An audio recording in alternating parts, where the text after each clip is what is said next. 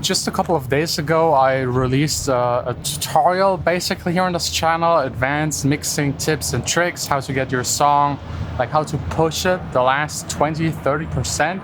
If you're interested in that, I'll link it down below. But a lot of people ask me how to actually get your song to that kind of point.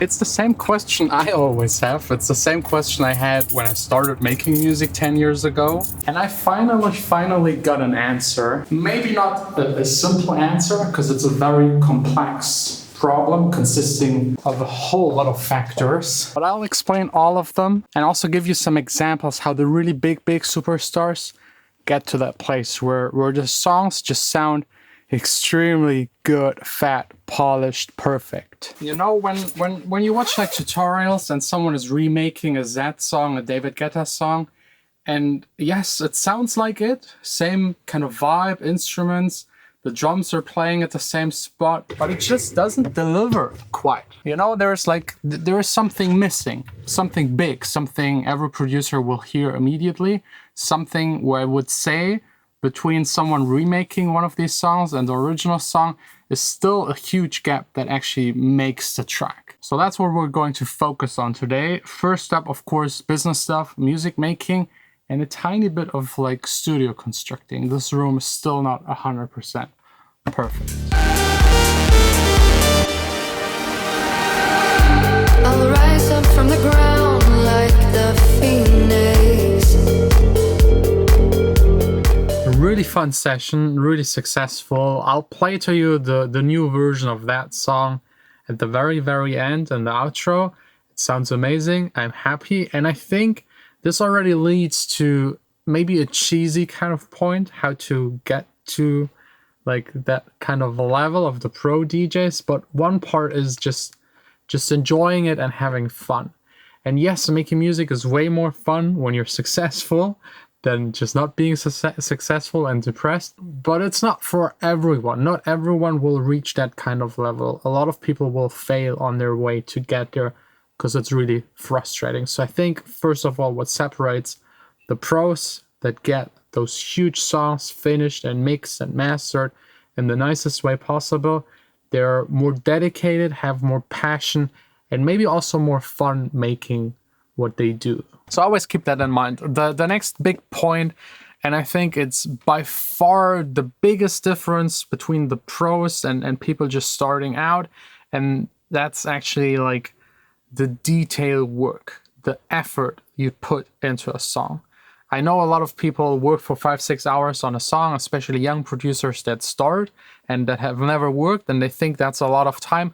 It's not. 100 hours into a song, that's a lot of times. And all of the pros, whenever they show me, when I'm in their studios, show me their projects and stuff, they're always like 50 tracks they haven't used. They try out a lot. They try out different guitar parts, different synthesizers, different mastering chains, different plugins. They just try out a lot because you can't fully plan music making. It's something that just happens on the spot, and sometimes mistakes lead to innovative stuff. Sometimes trying out leads you somewhere where you didn't actually want to go to, but it's good, and that is all that counts at the end. And this effort definitely adds up. If I go back like 5 years ago, 10 years ago when I started making music, and I think about the main thing that has changed, it's not necessarily my knowledge. Back then I also knew what a compressor is doing, what a reverb is doing. It's really the experience, the training, doing it over and over again, the kind of effort and work you put towards something. There are millions of people making music. If you want to be among the best, you just have to push it further. You have to put more hours in, you have to learn more, inform yourself more. You have to read anything you can read, watch every tutorial you can watch.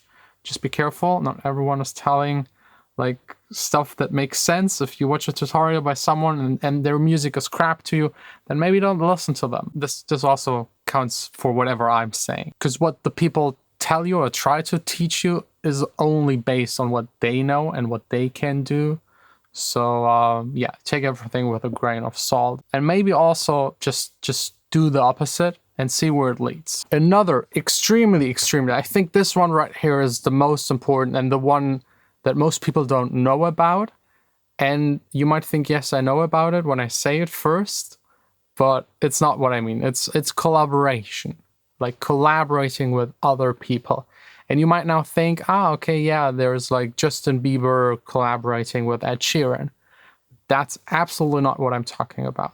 These collaborations are mostly just marketing collaborations. It's not about getting the best result, it's getting the most plays. That's a whole nother topic. I'm talking about the people in the background, these top stars, their managers, and everyone involved is working together with that no one knows of. There are hundreds of people that actually make music more than the people and faces you see on the cover. Those people are writers, singers, producers, guitar players, piano players, trumpet players, mixing engineers, even engineers just for vocal editing, mastering guys, studio owners. Like all of this is a huge collaborative effort. And just go to Wikipedia and check any huge successful superstar song, and you'll see that it's not just a person on the cover. At least 4 to 5 more people are involved, at least, on every single song. Let's just blend in right here all of the people that have worked on David Guetta's album, just as an example. Hundreds of people. And this links again to my first tip, like putting more effort and working on the details, and all of these details added up together count, and make sure that you reach those last percent on your song. If you just pay the best people in the world to take care of like a small part in your song, and they do it exceptionally well, it adds up. Let's say you record the best trumpet player, the best guitar player, the best piano player, the best singer. You have the best songwriters, multiple songwriters involved. And you're, as a producer, just like managing all of them, put all of it together, and you're the one that is deciding at the end. But all of these small parts are among the very best you can get. And I think those are the points that separate these high pro level productions from what a single person, a bedroom producer, can achieve. Don't get me wrong, bedroom producers, also me here in my studio, we can achieve a lot. But if it comes to the top, the very top, and those last percentages, it's impossible. I can mix, I can master, I can write songs, but I'm not the best at all of these individual points. And also I have learned when I get other people involved that are better than me and more specialized than me, that my production at the end is actually benefiting from it. And I know a lot of people will now say then it's not you anymore making it, and why should be your name like underneath of the release? But that's just how it works. There is a lot of pressure, a lot of people are involved in the music industry, and only the ones that deliver the best songs will stand out. How you get there, no one cares. No one cares. Look at DJ Khaled, like he's really not doing a whole lot, and no one cares. No one that is like singing along his songs in the car cares what he actually made. Not saying you should now get a ghost producer or like not do anything at all anymore. Just saying if there is one thing you're not good at, get someone else involved that will help you with it. They can do it entirely for you. They can help you to learn it. They can help and point out what is wrong, and this way help you. There is a lot of stuff. And just to clarify, if you think there's something like within your production, like a single tip or tips that will improve it, there is none. Like when I started making music, I always realized my songs sound really bad compared to professional songs that I liked. And with a friend of mine, Gordon, we always joked about like, where's the magic button? Where's the one thing all of these other people do that we don't know about, that we're missing out? Who can tell us, like, where is it? What's the magic button? But unfortunately, there is none. The other people just put a lot more effort towards it. They have a lot more experience. It's something I could never teach anyone out there. Yes, I can teach you how a compressor or limiter works, like what kind of gear makes sense for mastering, that you need an acoustically treated room and all this kind of stuff.